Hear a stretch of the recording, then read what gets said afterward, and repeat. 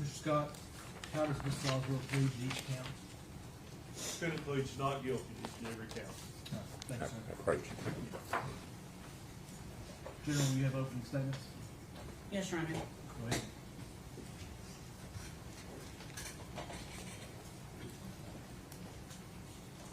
Good morning. Today we're going to talk about Evelyn Boswell for a few minutes. In 2019, Evelyn Boswell was a bright, growing little girl, full of life, healthy, learning to walk, learning to talk, doing all the things that a 12-month-old child would do. Which means today, 5 years later, Evelyn Boswell would be 6 years old.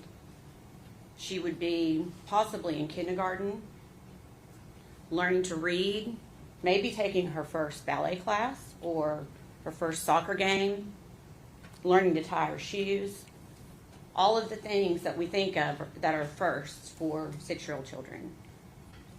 But based upon the last 2 days of our jury selection, we all know that Evelyn Boswell is not going to do any of those things. We all know that all of that was taken away from her in December of 2019 by the defendant, Megan Boswell. And her life wasn't just cut short. It's not just a tragedy. Her life was violently ripped away from her. And we can all agree that it's a shock, it's a tragedy when a child dies. It's upsetting. It upsets all of us. You'll hear phrases like "gone too soon," "what a tragedy." A child has such a life ahead of them. And a lot of times it is a tragedy. And in this case, it's a tragedy too. But in this case, it was a preventable tragedy. There's so much more to this story that you are going to hear. Because Evelyn did not have to die. Evelyn could be here today. And so today, 5 years later, we are asking you to give justice to Evelyn Boswell. During this trial, you will learn that the one person, Evelyn's mother, Megan Boswell, who was entrusted more than anyone else to take care of her, to keep her safe, to protect her, that she failed her in the worst possible way.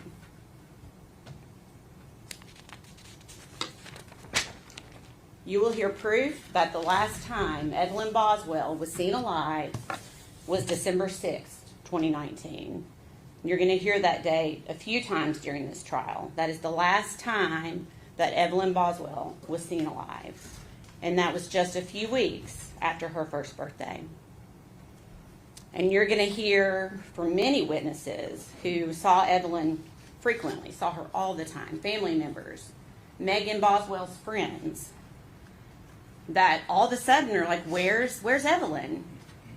Where's Evelyn? We're not seeing. They're concerned. And they would ask Megan Boswell about it. And every time, Megan had an answer. Megan concocted a story. And I'm not going to tell you now what she said. You're going to hear that in the proof. But she told all kinds of different stories, depending on the person that she was talking to. And you will hear from those witnesses today. But you will hear, or this week. But you will hear there was concern. But they knew Megan. They thought they knew Megan, I should say. And so they wanted to trust that what she was telling them was the truth. But it wasn't. It was not the truth.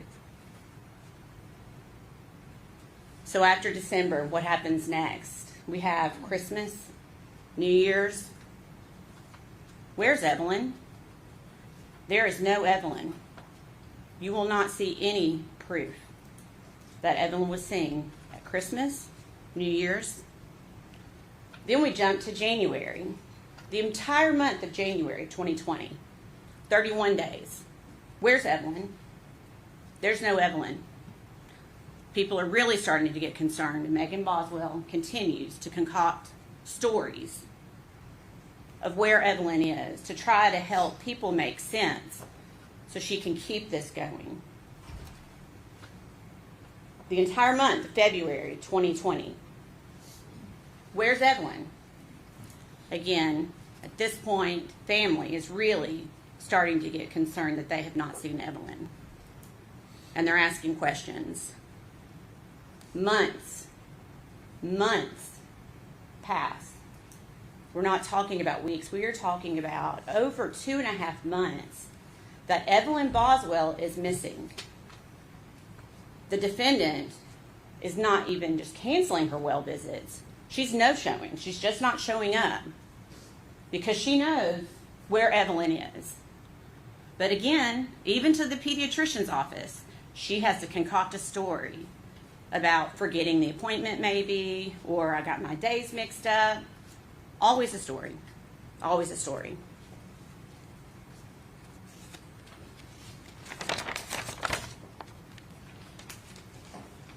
So we know now, we did not know then, but we know now that from early December, Evelyn Boswell, even though it had not been reported by Megan Boswell, Evelyn Boswell was a missing child from early December until almost the end of February. She was a missing child. And the only person who knew that, the person who was entrusted to take care of her the most, is the only person who knew that Evelyn was actually missing. And she just left it unreported. Over 2 months later, finally, Megan Boswell's dad, Tommy Boswell, finally essentially puts an ultimatum down on his daughter and says, I'm tired of the stories. If you don't show me my grandchild by the next day, I'm essentially calling the police. Well, Megan knew she could not do that, and she did not do that. And Tommy Boswell finally was the one to report Evelyn missing on February 18th of 2020.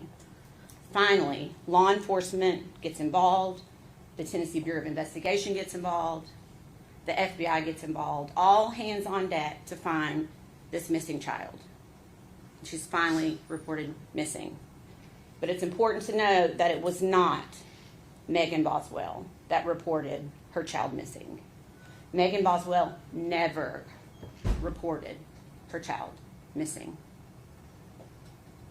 So you're going to hear from December of 2019 until February of 2020, when it's finally reported, that the defendant's biggest believable story, that really is probably what kept the family from reporting earlier, is she was saying that Evelyn was with her father, Ethan Perry.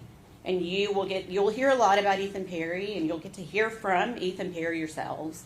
Ethan Perry is actually not Evelyn's father, but Megan led him to believe that he was the father. And everyone, for all purposes, also believed Ethan Perry was the father. So to the family, they're like, well, that's good. He's stepping up. The father's stepping up. That's good. We're proud of him.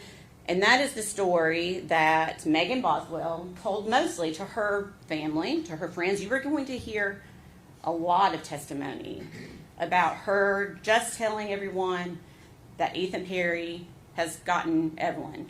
First, you'll hear that they're trading weeks, but doesn't make sense because people are still not seeing Evelyn. So then Megan took it one step further, where he took her to court and got emergency custody, blaming her for something. And again, not true. There was never court. There were no documents. Juvenile court was never involved. It was just another story that Megan Boswell was telling because she knew where Evelyn was, and she had to keep perpetuating this lie. Interestingly enough, she didn't think it through completely because Ethan Perry at the time was in the Army in Louisiana. He lived in barracks, and I think we all understand and know that in the barracks, there's not going to be a toddler running around. But Megan Boswell, in perpetuating that story, she didn't care. She got the entire Army involved in this to go investigate this poor guy who was trying to serve our country in Louisiana. Pulling him out of his duty, I can't imagine the chaos that caused, all because Megan Boswell wanted to perpetuate this lie. And Ethan Perry didn't even see Evelyn in December. You will hear that he came in to visit his grandparents on leave. He never saw Evelyn Boswell over Christmas or over December. And we all know why now. But at the time, Megan again tells the story, Evelyn has the flu, she can't come. And you will hear the testimony that no one saw, no one, not Ethan Perry or anyone else saw Evelyn Boswell in December. The hard part. From early December of 2019 until later when her body was found, Evelyn was always in the same place. And Megan Boswell knew that. Megan Boswell knew that because she is the one that put Evelyn there. She placed Evelyn's body in a kitchen trash can. Her own trash can from her home, from the trailer that she shared with Evelyn. And she hid that trash can in her own childhood playhouse on her father's property, a playhouse that you will see no one has been in for a very long time, and that it was Megan's. It was personal to Megan, not to anyone else. And you're going to hear that Evelyn was put into the trash can upside down is the best way to describe it, head down, in a bag of trash filled with food debris, broken eggs, her body just placed in there by the defendant. You will see that there was a blanket tightly wrapped around Evelyn's body, pulled up over her face, and quite a bit of aluminum foil then wrapped around her head.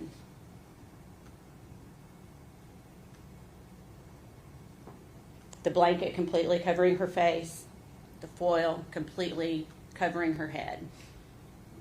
Upside down in a trash can, still in her purple fleece onesie and diaper.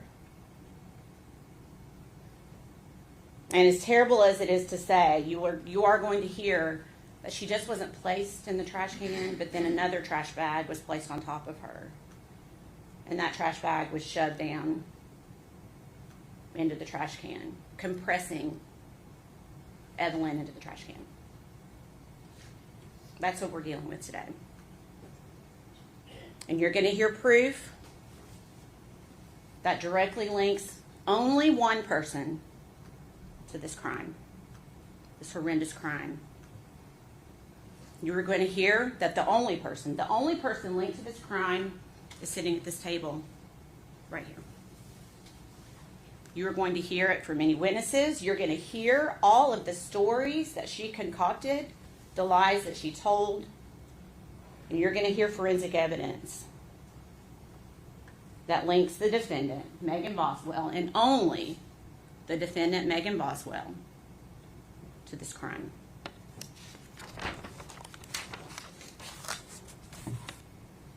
One step further. This entire time, Evelyn is decaying, decomposing in this trash can, again, upside down and compressed. What is Megan Boswell doing? Is she mourning her child? Is she worried? Is she scared? What is she doing? What would a mother be doing? Well, it's not what Megan Boswell was doing.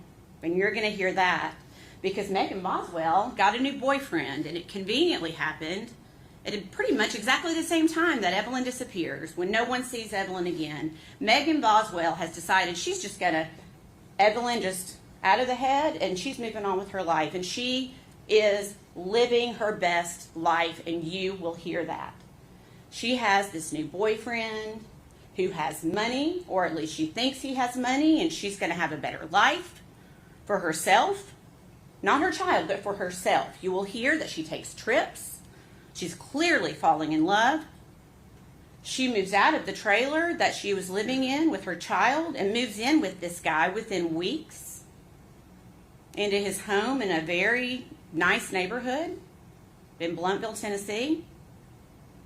You are going to hear testimony that Megan Boswell is taking trips to Gatlinburg, to Pigeon Forge, staying at Margaritaville Hotel, all while her child is upside down decomposing in a trash can. You will never hear that Megan Boswell was upset, mourning her child, crying. All she does is continue to concoct lies to cover up what she did. Is that what a mother does?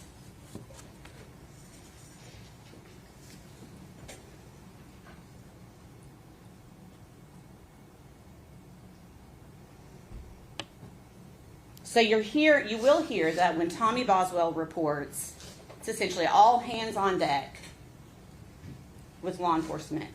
Immediately, law enforcement goes into action, and you are going to hear so much proof about how much effort went into finding this baby, how much time and hours worked by every law enforcement agency in North Carolina, East Tennessee, Middle Tennessee. Everyone putting their efforts into trying to find this little girl and hoping, just hoping, to find her alive.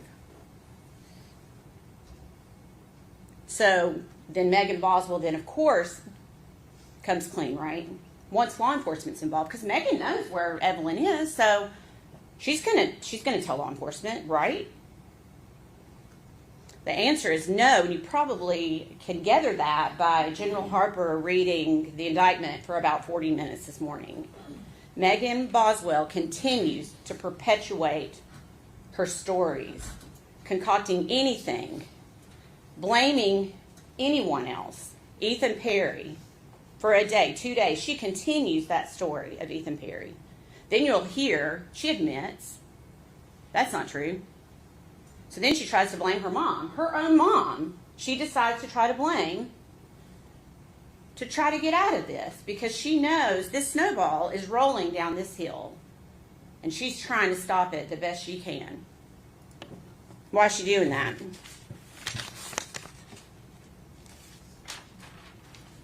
It's because she knows that she brutally murdered her child and she's trying to cover it up.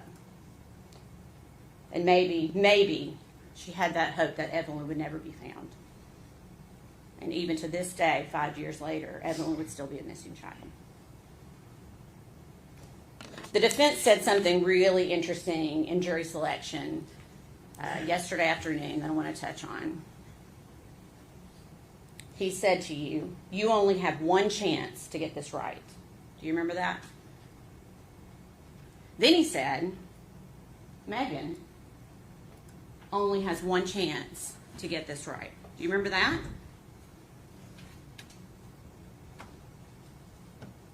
I submit to you, Megan Boswell has already had her chance. She was gifted with a beautiful child, a healthy, vibrant little girl. Evelyn was perfect. Megan Boswell already had her chance. So today is Evelyn's chance. Today is our chance to get it right, not Megan's. Today's our chance to get it right for Evelyn. I know this is not easy for any of you. Thank you for serving. I promise you that this is not easy for any of us. It is not easy for any of us. But it's so important for us to be here today. You know you're going to see pictures that you don't want to see. You know you're going to hear things that you don't want to hear. But that's how we tell Evelyn's story. What she endured, before her death, during her death, and even after her death. And where she had to sit for months while her mother continued just to live her life as if Evelyn didn't exist. Ladies and gentlemen, at the close of this proof,